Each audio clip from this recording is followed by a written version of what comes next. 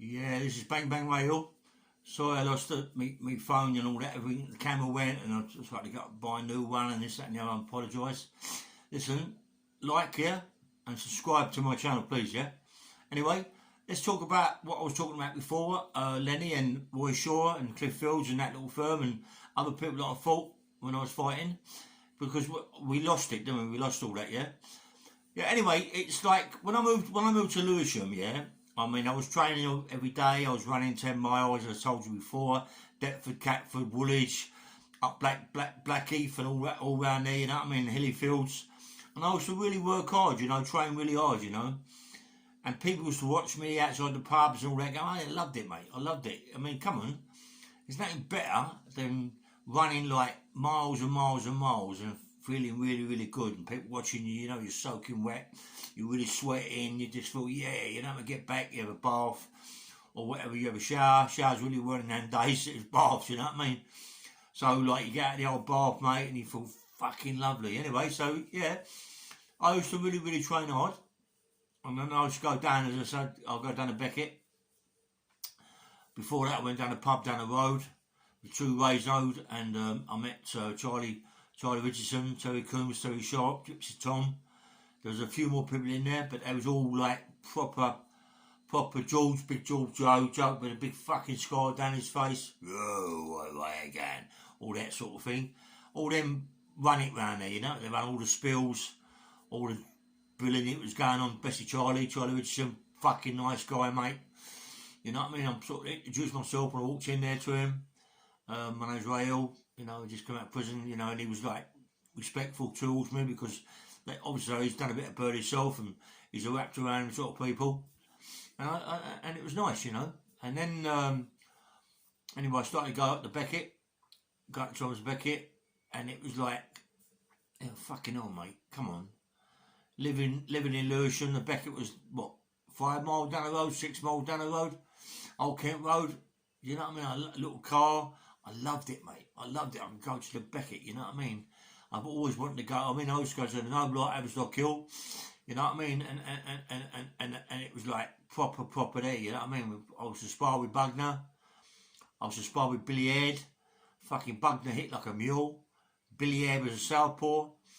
He hurt you. Billy Aird hurt you as well. But it was good. Well, of course, he was British fucking European champion. Billy Aird. You know what I mean? I mean, fucking Bugner. Bugner was like well respected. He can bang, mate. He had a left jab, but fucking knock your fucking head off, you know what I mean? He could fucking bang, mate. And John O'Gardner had loads of sponsors, mate. He had loads of sponsors, John. He was so lucky, you know what I mean? Because he was in that area and he just had loads of sponsors wrapped around him. Everybody liked John. Good fighter, mate. Good fighter. Very, very fit. Kept going forward. I never got to spar with John. But I was to spar with a guy called, fucking hell, what was his name? Fucking hell, Farrell McGew, yeah? Oh, what? A traveller. I met this guy in action. He's great. My wife's fucking sister, Linda. Farrell was about, what, mate? He had a big company, a big tyre company, yeah? Farrell McGew, big tyre place, yeah? In Hillingdon. Fuck me, this geezer, mate, was strong. Used to pick them big tyres up, throw them on a wagon like he was going out of fashion. And one day he dropped me off at this place, this tyre place, and they had fucking loads of tyres here. So I said, mate, all with sledgehammers, you know what I mean? Take the big bit out the middle and crowbar it off. Mate, he said, Ray, I've never known anybody like you to fucking swing a sledgehammer, the way he was working. And he was like 20 stone, fell. Strong. Mate, me and him, used to spar, honestly, 10 rounds, 8 rounds. Honestly, I'm not joking, mate. We used to fucking just learn from each other. He was a good southpaw. Good, very good. That's why I was sparring with him. I learnt. Billy Aird was to spar with Billy Aird, learnt. But in the end, when I was sparring with Farrell, I just become, because Farrell wasn't really, he was open, he had an open ticket. He could box anywhere he liked to box. You know what I mean? He was open ticket, mate, amateur, open anywhere. I was just not a novice, I was upper class, yeah? But he was like open ticket, he could box anywhere, you know what I mean? But he was good, Phil. And when He was fucking mustard. But it got to the stage, well, because he wasn't going down the gym, pro gym like me. He was amateur gyms. He wasn't really interested. He could have made it, fell. He could have made it, mate. He had a fucking bang on him, yeah, and he could box as well, a big man like that, yeah. Because I used to do a lot of spar with Billy Head. Billy Head taught me a lot. Bugner, he taught me quite a lot, but he wanted to knock you out all the fucking time, Bugner. So it was a bit odd to spar with him because I was an amateur and he wants to knock you out, you know what I mean? But it was hold your own, get hit on the chin. If you can get it on the chin by him and fucking rock it about a bit, and you know you know you're gonna go there, you know what I mean? But anyway, Billy Head used to spar with me quite a lot, you know, and it was like nice, you know what I mean? It's nice. Bobby Neal, do you know Bobby Neal? Bobby Neal used to go there. Bobby Neal wanted to get hold of me, mate. Bobby Neal wanted me to turn pro with him. Bobby Neal, I'm telling you, mate. He asked Georgia Whelan, the guy that trained me as an amateur, Georgia Whelan, Brian Winner, good fighters, mate. And he asked him, like, he said, no, you ain't ready yet for that program. You ain't ready. You don't fucking ruin him, you know what I mean? Anyway, this is, I went to Wellington Highgate after that, the Wellington Highgate with Georgie Francis, Mickey Duff, you know what I mean? And honestly, mate, and I was good. I was fucking good, mate. Do you know, I could bang, you know what I mean? I can bang. I could take a good punch, but it's about learning, isn't it? Learning to bob and weave your punches, you know? Bob and weave, bob and weave, bob and weave all the time and not get hit so much. But you're learning, isn't it? It's the part of learning, you know, get hit about. Anyway, so going back to Lewisham, I was going down to Beckett, and I met Jimmy Tibbett. Fucking nice geezer, Jim. I mean, proper man, mate. He's dead now. Rest in peace, Jimmy Tibbett. You know what I mean? I loved him to death. He's like my fucking dad. Do you know what I mean? He was fucking the bollocks, mate. We used to be always together, always training, always working out, always with me when I was running. Not he weren't fucking running, Jim. He was fucking mad, you know? He was making sure that I told me to meet him at a certain place, and he'd be there. And he'd sometimes get in the car and follow me, making sure I didn't fuck about, you know what I mean? But good trainer, Jimmy Tibbett, mate. He taught me, you can't teach you how to bang. You've got it in you or you ain't got it in you. But they can teach you certain punches that when you throw it, it's a better bang. You know what I mean? It's a better bang, mate. And he taught me such a fucking lot, you know. And we used to always be together. We was always collecting money, like enforcers. Big time in the end, you know what I mean? But when I was training with him, as I say, I was sparring with Lord Wolfen. Lord Wolfen, a black guy, gave me a concussion. I went down fucking Elephant Castle one day by mistake, and he gave me a concussion really bad. I was going down Elephant Castle to get the train to Acton, healing that way, and I fucking thought, where the fuck am I going? You know what I mean? I had to go back to the Becky to get my car. He really fucking hit me, mate, hard, you know what I mean? And it gave me a concussion. I've never hit in my life before. But this guy could bang, Lloyd Wolfen, fucking black guy, could bang, mate. Anyway, and then all of a sudden, fucking, we were in there one day, fucking on the bag, you know, on the pads, fucking about, and guy come up to me and said, do you want a few rounds with Roy? You know? Jimmy said, do you want a few rounds with Roy Shaw? But I knew Roy Shaw from prison, you know what I mean? He got a big fucking name, Roy, you know what I mean? He's dangerous fucking man in prison. They give him a bit of grief in Parkhurst. You know, he went through the same thing I went through on my, I told you my other story, which is going to come out soon with Sean Atworth, you know what I mean? But anyway, fucking hell, mate. And me and fucking Roy, we got it in the ring, yeah? And the first time I was really sparring off about 3 or 4 rounds, Roy was fucking trying to knock me out, punches from the floor. Jimmy said, okay, that's enough, get out, you know what I mean? And he could see that I was a bit fucked up, really.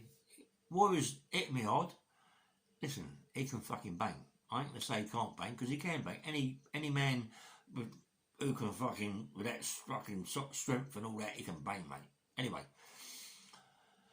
he, as I say, he pulled punches from the floor and all that. He didn't have a lot of things around him, really. I mean, this had that punch. He had nothing, you know what I mean? No hooks or uppercuts or nothing, you know what I mean? Off the jab, off the fucking hook. He was mustard. He was mustard as far as banging is concerned, but not mustard about anything else, yeah? And anyway, like, we had a few more bits and pieces. One day I went in there, I thought, do you know, like, Sometimes you wake out of bed and feel like shit. This day I felt $1 million. I felt $1 million. Went down to Beckett, said to Jim, I fancy, if he comes up, shorty, have a few rounds shot. I feel really good today, you know what I mean? Because we've had a few rounds around here with other people. We've been fucking running, I've been running a lot, I feel good myself.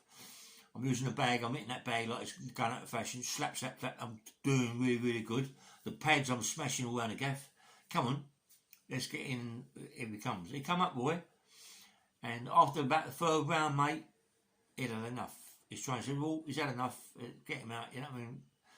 I hurt Roy, you know what I mean? I hit Roy on the side of the head by the ear. If it hit him on the fucking jaw, I ain't give a fuck who it is. I don't give a fuck who you are. If you get hit in the jaw like that, like when I hit him on the fucking side, you'd have gone. Roy was gone, mate. He stopped the fucking fight, yeah? Stopped it. And we was talking in the dressing room. Roy said to me that, he says that I'm going to go a long way. He said I can bang. He said you will go a long way, you know what I mean? But he won't beat me, that sort of thing, boy, you know what I mean? But you let it go, all right, boy, yeah, yeah. And then after a few sessions and bits and other people fighting about, Jimmy said, listen, it's about time we had a fight, you know? So I said, well, all right, yeah, whatever. So he went, look, let me see what I can do. Let me find out Frankie Warren and around there, because he's running the show at the minute.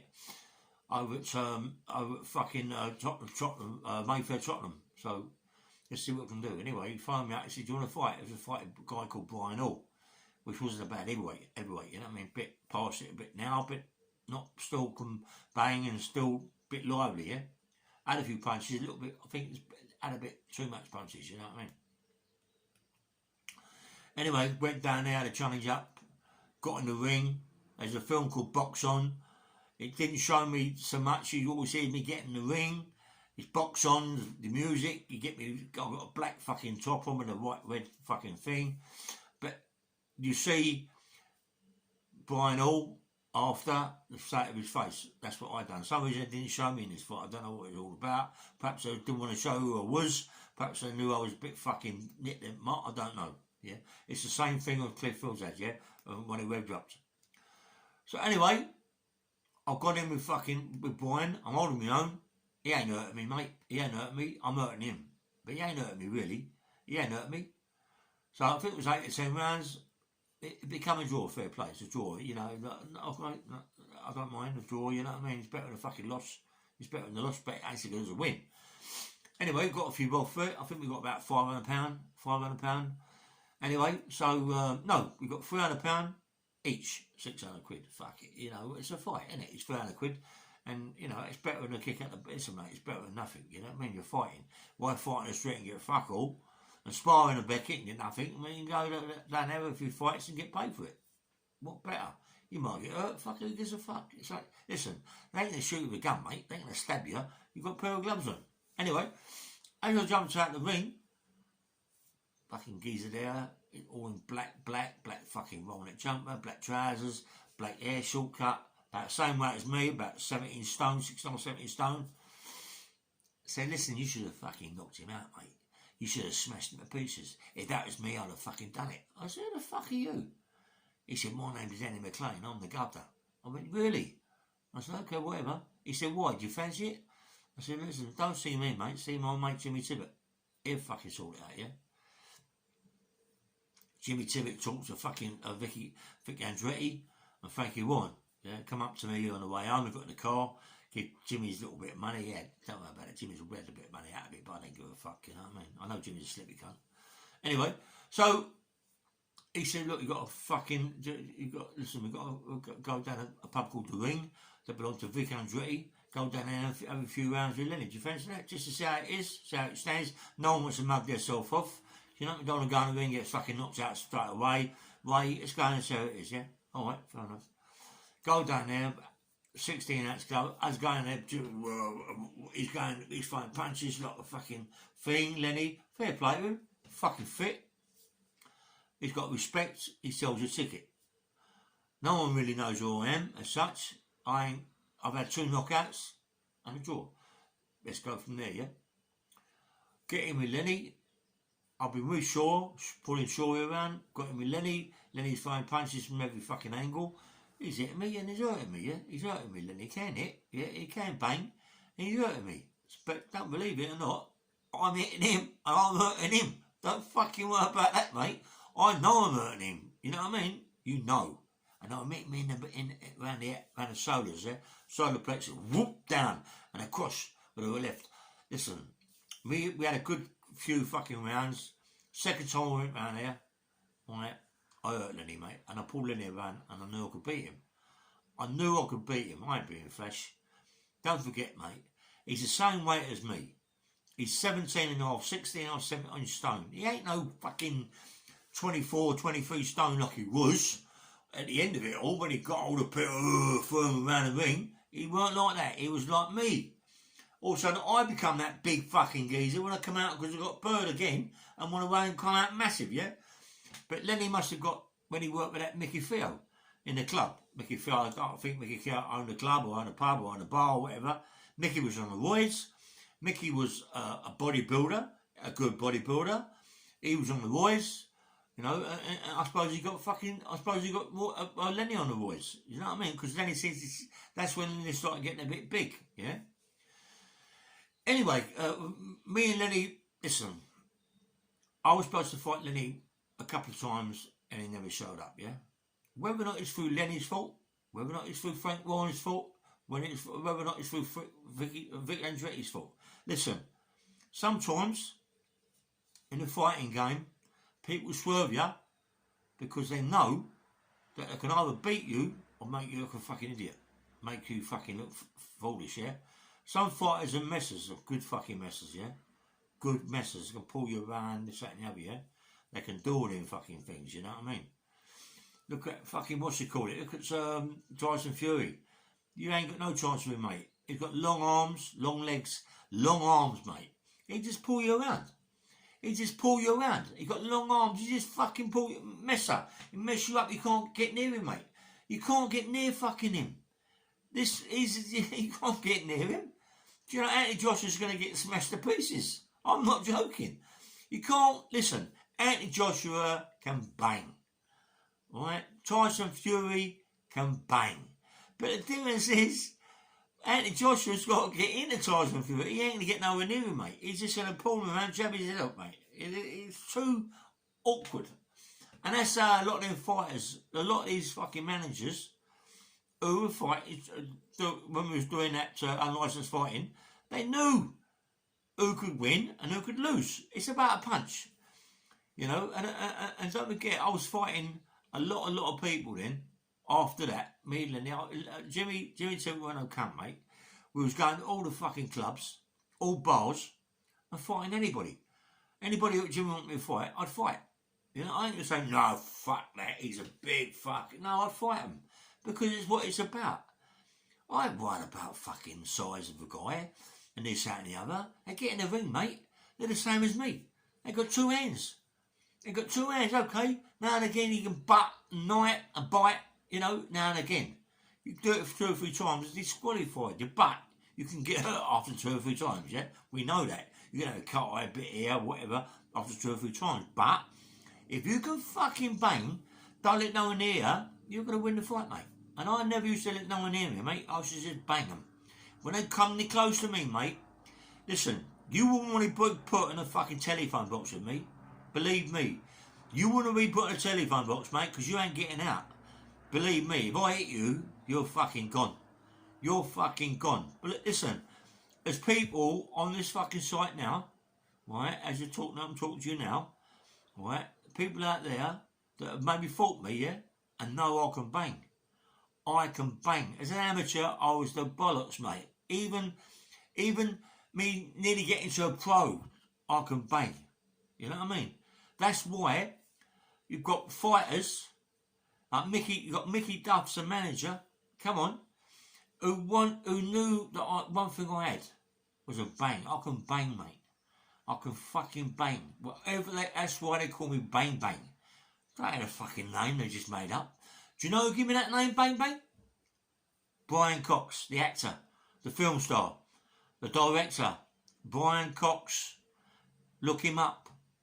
I love Brian Cox, mate. I've been trying to get on to Brian Cox for ages. He was Jimmy Tippett's mate, yeah?